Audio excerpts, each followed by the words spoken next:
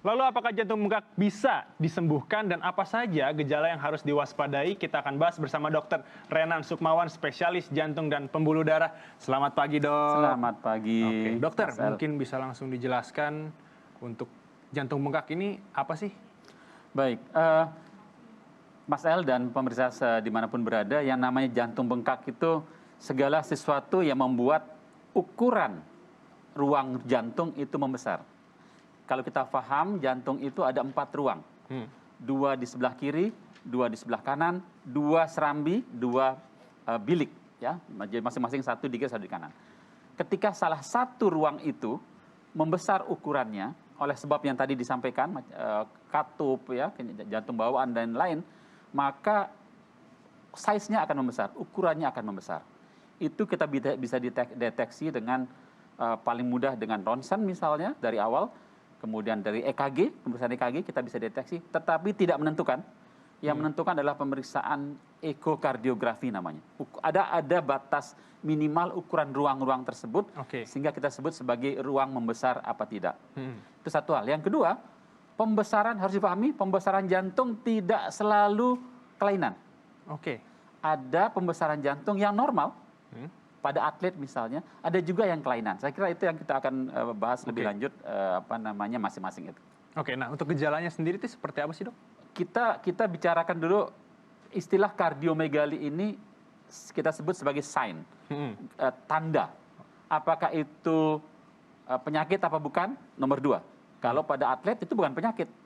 Baik. Dia karena aktivitasnya cukup sering, berat juga. Ada ruang yang membesar di jantung, tapi itu lebih karena memang porsi darah yang dipompakan itu meningkat pada atlet. Itu bukan kelainan. Tapi kalau kita bicara sebabnya kelainan, ada macam-macam jenisnya dan akibatnya macam-macam. Ada setidaknya kalau kita bikin gambaran yang global, setidaknya ada 3 hal yang membuat jantung ruangannya membesar. 1, kalau cairan atau darah di dalam itu banyak, ruangannya besar. Yang kedua, kalau tekanan yang dihadapi oleh jantung tinggi. Pada orang darah tinggi, ada tekanan yang dihadapi besar, ruangannya melebar. Yang ketiga, kalau dinding jantungnya memang ada penyakit. Misalnya tadi disampaikan ada penyakit kardiomiopati, misalnya kerusakan otot jantung. Ada penyakit jantung koroner yang membuat serangan jantung, lama-lama jantungnya juga melar. Saya kira itu yang harus kita ketahui dan dipahami oleh masyarakat dan bisa dideteksi dari dini. Baik. Nah, cara untuk bisa mendeteksi secara dini itu seperti apa, Dok? Baik, nomor 1, kadang-kadang pembesaran jantung sebagai sebuah tanda dideteksi waktu pasien atau waktu seseorang menjalani check up misalnya, tampak pembesaran jantung gitu. Itu bisa kita evaluasi karena belum tentu ada timbul keluhan. Timbulnya keluhan gagal jantung membesar yang membuat keluhan kalau sudah situasinya sampai yang disebut sebagai gagal jantung. Kekuatan pompanya turun. Maksudnya pompa darah untuk keperluan badan jadi berkurang kemampuannya. Ketika itulah keluhan ada. Nah, untuk yang misalnya yang paling sering gejala gagal jantung itu keluhan sesak nafas ketika timbul aktivitas. Itu gejala awal. Kalau itu kelainan ya, bukan pada atlet. Kita bicarakan sekarang kardiomegali yang memang betul-betul kelainan, memang penyakit. 1, kalau selama ini dia kuat jalan 100 meter, tiba-tiba jalan sedikit sesak, naik tangga sesak, capek sedikit sesak gitu. Ada aktivitas sedikit saja, mandi misalnya, hati-hati. Kita sudah harus memeriksakan, jangan-jangan ada jantung kita masalah. Yang kedua, kalau misalnya ada riwayat penyakit pada keluarga, jantung bawaan, misalnya jantung bocor, misalnya pada anak-anak pun bisa jantung bengkak ya. Jadi itu coba diperiksakan, jangan-jangan ada bagian yang bocor atau yang sekat yang tidak tertutup sempurna juga bisa jantung bengkak.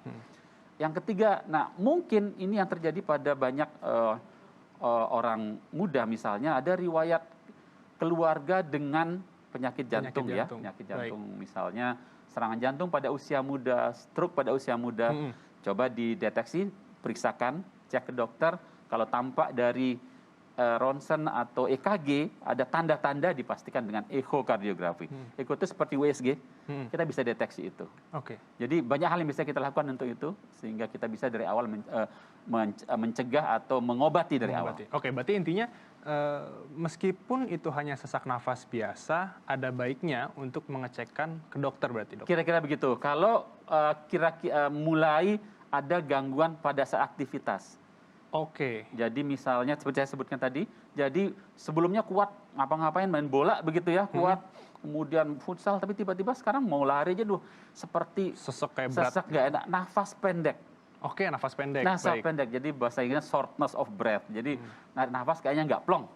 Cobalah kita cari, karena tentu tidak hanya karena jantung, bisa juga karena paru, tapi jangan-jangan ada penyakit jantung pada keluarga, misalnya pada orang muda bisa saja mungkin terjadi adalah kardiomiopati. Jadi ada otot jantungnya itu memang pada usia ada penyakit, ada gangguan protein pembentuk jantung itu yang terganggu secara genetik. Oke. Dan itu manifest pada usia-usia muda. Oke. Sehingga pelan-pelan jantungnya melebar, terus kemudian nanti susah mompa gitu. Oke. Ya, saya kira banyak hal yang membuat situasi jantung kita potensi untuk pembengkakan. Tapi kalau untuk bicara soal atlet, dok, ini kan tidak bisa dibicarakan sebagai sebuah kelainan. Tapi tidak menutup kemungkinan juga bahwa atlet profesional saja itu seperti bicara lalu-lalu ada yang mohon maaf meninggal karena Betul. jantung. Ini melihat Baik. ini gimana, dok? Kita bicara sedikit tentang kondisi yang kita sebut sebagai athlete heart syndrome. Jadi sindroma jantung pada atlet. Jantungnya menebal karena latihan. Biasanya itu reversible, artinya tidak membuat kelainan. Bahkan kalau dia misalnya sudah detraining 2-3 bulan itu bisa mengecil lagi sebenarnya. Tapi itu semata-mata respon badan. Kita bayangkan mudahnya jantung itu seperti kantong, ya. Tapi diisi darah dia bisa melar, tapi sampai batas tertentu. Oke. Jadi melar, terisi pompa. Ada hukum Sterling yang berlaku namanya di situ. Jadi Baik. semakin banyak cairan diisi, semakin kuat pompanya. Pada atlet-atlet, justru sebenarnya itu terjadinya pembesaran jantung sebagai kompensasi dari latihan yang teratur, training yang baik, kemudian dia sehingga pompanya baik dan kuat. Tapi ada situasi di mana ternyata pada atlet tersebut sudah mengidap kardiomiopati. Sebelum dia menjadi atlet? Sebelum menjadi atlet. Oke, itu baik. yang ditengarai terjadi pada beberapa atlet profesional yang kita tahu meninggal mendadak di lapangan. Oke. Dan itulah yang kemudian terjadi ketika jantungnya membesar karena exercise, karena latihan yang lama dan terukur. Lama-lama kemudian situasi kardiomiopati membuat timbul gejala-gejala tadi. Yang paling sering terjadi sudden death di lapangan. Kenapa sudden death? Karena jantung yang membesar ditambah dengan kondisi kelainan genetik, dia mudah terjadi aritmia. Gangguan listrik yang mendadak yang kemudian dapat membuat kondisi yang disebut dalam bahasa kita sudden cardiac death. Jadi di lapangan dia tergeletak. Nah, dok, untuk pembengkakan jantung ini sendiri kira-kira bisa disembuhkan nggak sih, dok? Dari awal kita deteksi dulu. Kalau pada tahap-tahap awal, kemudian itu sebabnya apa dulu ya? Kalau pada atlet tentu detraining bisa mengurangi pembengkakan, walaupun sebenarnya itu tidak membuat masalah dalam jangka panjang. Baik. Tapi kalau katakanlah pada orang-orang yang hipertensi lama, saya sampaikan tadi, tekanan yang tinggi dalam jangka panjang pelan-pelan membuat jantung melar gitu ya. Baik. Ketika tensinya dikontrol dengan baik, dengan obat-obatan yang cukup, konsul pada dokter jantung dimanapun berada, kemudian akan diberikan obat-obat yang mengontrol tekanan darah dan fungsi jantung. Itu ada chance untuk terkontrol atau tidak membesar gitu ya. Tetapi kalau sudah kronik, ini bisa kita maintain dengan obat-obatan. Yang penting jangan sampai terjadi kelanjutan atau makin lama makin melar begitu ya, sehingga itu lebih sulit lagi untuk mengontrol.